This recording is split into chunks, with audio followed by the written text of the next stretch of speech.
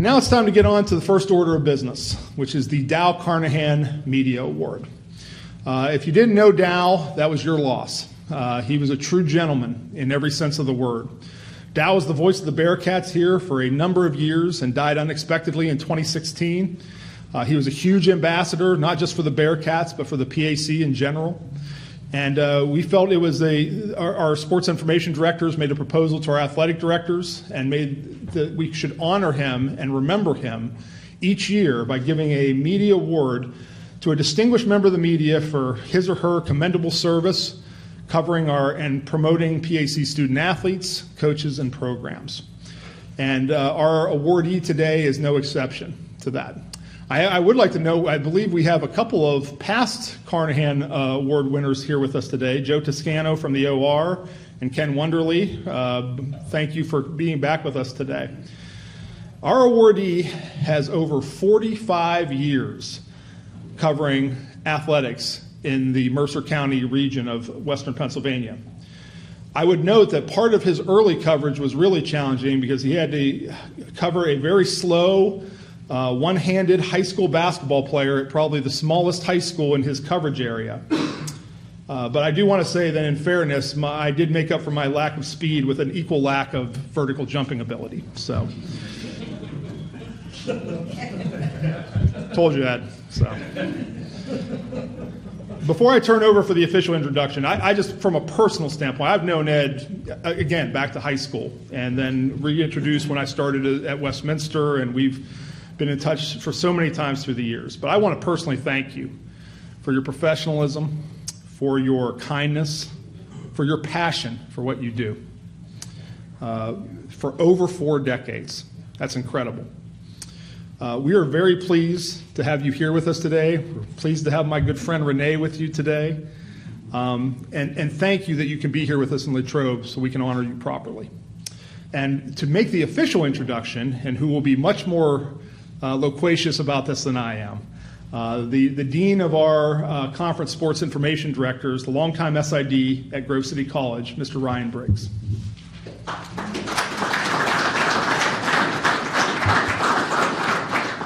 Thank you, Joe. Thank you to Father Paul. Also, thank you to everybody. I just echo everybody's thank yous. Thank you for the introduction, Joe. And it's a tremendous honor for me to be on the selection committee for the Dow Carnahan Award. And to be up here today to recognize somebody that has done a lot for me personally and professionally. Joe was mentioning about PAC Media Day. I believe the first one when it restarted was 2003. And I think from an institutional or conference standpoint, Joe and I may be the only ones that have been to all of them. And from a football standpoint, back in 2003, there was a young hotshot taking over as head coach in Washington by the name of Mike Sirianni. Mike, we'll get to see Coach here in a few minutes.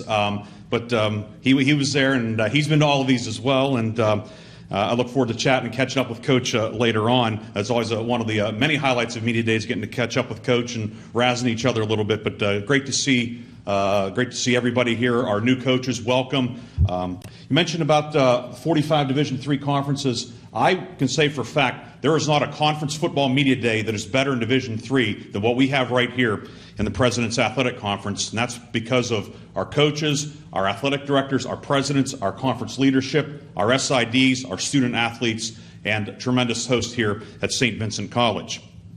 Of course, the first handful of years when we had Media Day in Pittsburgh, the first few years, then we came to St. Vincent here in 2007. St. Vincent joined the PAC as a provisional member, and of course, a lot of us, we didn't necessarily know a great deal about St. Vincent then. We might play them here and there, but they were in a different affiliation. We knew they were in Latrobe. We knew that the Steelers had camp there, but a lot of mystery. But as they came on, and of course, back then, there wasn't a lot of streaming video, but we could catch the basketball broadcasts for the Bearcats, for the men and the women. There was this guy calling the games, Dow Carnahan, and listening to him. Boy, this guy's really good, and just enjoyed listening to him. And then you get to meet Dow. And as excellent as he was on a microphone calling games, he's even that better of a man, better of a person, better of a friend. And he really cared about people, not just what their scoring average was or their yards per carry. He cared about them as who they were, and not just the St. Vincent people, but he cared about me at a rival school, of other coaches, and just really reflected just so many great values. He was, as Joe said, great ambassador for this area, for the Latrobe area, for St. Vincent College, and we miss him. We miss him dearly as a friend, as a colleague, but we're able to carry on his memory and the tradition of everything that he stood for. And today's recipient, Ed Farrell, is somebody that certainly represents those same ideals. I've known Ed for about a quarter century now, going back to when I was coming out of high school. I've had the good fortune to know Ed in three different ways. First off, as a coworker. When I was in college, I worked at the Herald. We spent a lot of Monday nights together, answering phone calls, writing up golf recaps and whatnot. Usually catching the first 3 quarters of the Monday night game. I can still vividly remember the famous Dolphins-Jets Monday night game. Dolphins had a big lead. It was like 11 o'clock, 11:30. That's when Monday night still started at 9. We left for the night and end up driving home. Jumbo Elliott catches the touchdown. The Jets had a huge comeback. We figured the game was over when we left, but I learned a lot from Ed just in that standpoint. And then, of course, covering local high school events. Most of you probably know I do some radio up home, and Ed's at a lot of the games that we'd both be covering different media. And then as the sports information director at Grove City. We were in the Herald's coverage area, and always appreciated Ed taking the time to cover our athletes, our teams. And again, it was more than just who scored the most points, who had the most yards, who had the fastest time or the longest jump or whatever. It was about who the people were and caring about them as people, more than just somebody in a uniform or in a swimsuit or in a tracksuit or whatever. And that's nothing new. Ed, as Joe said, Ed has covered the PAC for a long time. We started off working at Thiel College and then working for the Greenville Record Argus. When Ed started covering the PAC, Allegheny was in the league. And welcome back. And Bethany had gold as one of its colors. And as you can see over there, they've introduced the gold back. So kind of things coming full circle. Carnegie Mellon was hyphenated back then. It isn't now. And then one other thing that I know will not be coming back, W&J's women's teams were called the First Ladies back then. And I don't think we'll have that change coming back. But Ed certainly has covered this league for a long time and covered it very well, very diligently. Ed's originally from the Philadelphia area, but he spent pretty much all of his adult life in the Greenville area. And Greenville is where his kids grew up, were raised. 2 of his 2 youngest kids attended and graduated from Thiel College. Greenville has become home for him. I know that the Greenville community means a lot to him. And that's really been evident. I remember back in 2005, Thiel won the PAC. They had a magical football season. And their first NCAA playoff game, they hosted Johns Hopkins at Alumni Stadium. And I know Ed was covering it. Kevin Fenstermacher asked me to come up and help. And it was a great thrill for me. They paid me a little bit, too, which was nice. But I know Ed was there. And I could tell he didn't have to say, I could tell how proud he was. And because he knew what it meant for Thiel College, for the area, and for his adopted hometown of Greenville. And just what that moment meant, the significance of it, the fact that Thiel won that game and advanced was, I think, even a bonus, but just how much it meant, and he knew the importance of that. And one last illustration of that would be 10 years later, 2015, the season finale. Of course, Grove City and Thiel play for the Mercer County Cup every year. It's usually mid-November, 2nd or 3rd weekend in November, depending on how the calendar falls. Of course, that's right in the middle of high school football playoffs. I'm sure on the Friday night before Ed had covered a game, he was covering a game that night. Thiel and Grove City that year, both teams were playing for the cup, but kind of playing out the string. But it was the last game for the 2 head coaches. For Grove City, Coach Chris Smith was retiring, and for Coach Kurt Reiser at Thiel, he was stepping down at the end of the season. Of course, those of you know them; those are 2 of the finest gentlemen you would ever want to meet. And it was a very competitive game. Thiel ended up winning. And I remember Ed he did a game story, but also the follow-ups to it. Focusing on Coach Smith, on Coach Reiser, them as people. Them as who they were, not just carrying the clipboard and wearing a hat and a whistle and calling plays and so forth, but really taking the time to show the whole aspect of it and how things were kind of going to be changing for the programs and what the next step was for those guys.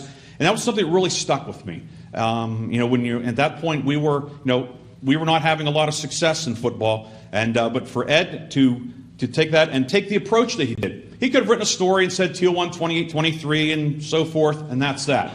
But he didn't. He went the extra mile, as he has done throughout his career, for people of all ages, whether it's high school, certainly our PAC teams, other colleges, other sporting events, and he's been a credit to the profession. He's been a real credit to our area, and it's a great honor for me to be able to come up here and personally thank him for everything he's done for me, and on behalf of everybody in the President's Athletic Conference, to recognize Ed Farrell as the 2022 Dal Carnahan Award winner.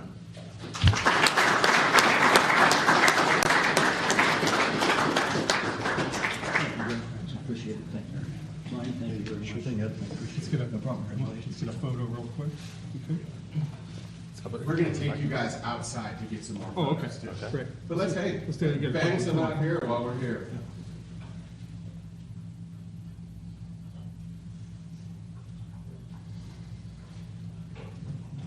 Terrific. Thanks, guys. Mike is yours. When Kevin Fenstermacher first called me a couple weeks ago to inform me Ryan Briggs had nominated me for this award, I was literally speechless. I know that sounds cliche-ish, but it's true. Those of us who work in the media are much more comfortable focusing the limelight on others as opposed to having the limelight focus on us. So, again, cliche-ish though it sounds, I'm humbled beyond words to be mentioned in the same breath with Dal Carnahan and the predecessors of mine who have been awarded this honor in his name. Indulge me for a second. I'd like to introduce you folks to the love of my life, Renee Hartwell. Renee, stand up, please. Renee has shared many gifts with me. In addition to her love, she shared a very important lesson, and that's to count my blessings. So before I say another word, I want to thank God for this. I don't know if you folks will find this funny or not, but in this regard about counting your blessings, literally less than 24 hours ago, the engine in my vehicle died, no less in a construction zone, but I was trying to count my blessings and thank God because Renee was there for me and my daughter Elisa was there for me, so we got out of it okay. So shame on Joe Underkel and Ryan Briggs for making an old man cry in public, but literally, I am so proud of these two men because I've watched them grow up. I mean, I remember Joe vividly playing athletics at Jamestown High School, and I hope Ryan doesn't take this the wrong way or I embarrass him, but I'm old enough to be Ryan's father. That's how old I am. But my point is, years ago when I first met Ryan, we were kind of making small talk, getting acquainted, getting to know each other. And I'll never forget this. He was a full-time Grove City College student. Simultaneously, he was holding down jobs in Grove City College's sports information office for the little newspaper in Grove City, Allied News, and for a local grocery. I don't know the name of it, but he was simultaneously holding down 3 jobs, and I'll never forget how impressed I was. So my point of this is that even though I'm old enough to be his father, I've always looked at Ryan as kind of a role model for me because of his tremendous work ethic. And work ethic has been the theme of my whole life. I am not an extremely talented person in any facet of my life, but I've always tried to compensate with work ethic, and that was imparted to me by my folks. Both my parents were products of the Depression. My dad was a United States Navy World War II veteran, and they tried to impart upon me work ethic.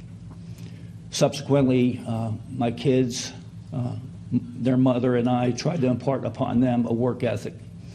My kids' names are Sean, Christopher Jordan, who we refer to as Jordy, and Elisa, who we refer to as Lisi. And I hope they're proud of me as I stand here today, but more important than them being proud of me, I hope I imparted upon them, along with their mother, I hope we imparted upon our kids the same work ethic that was imparted upon us, because long after I'm gone, my kids will still be in the workaday world trying to make an impact.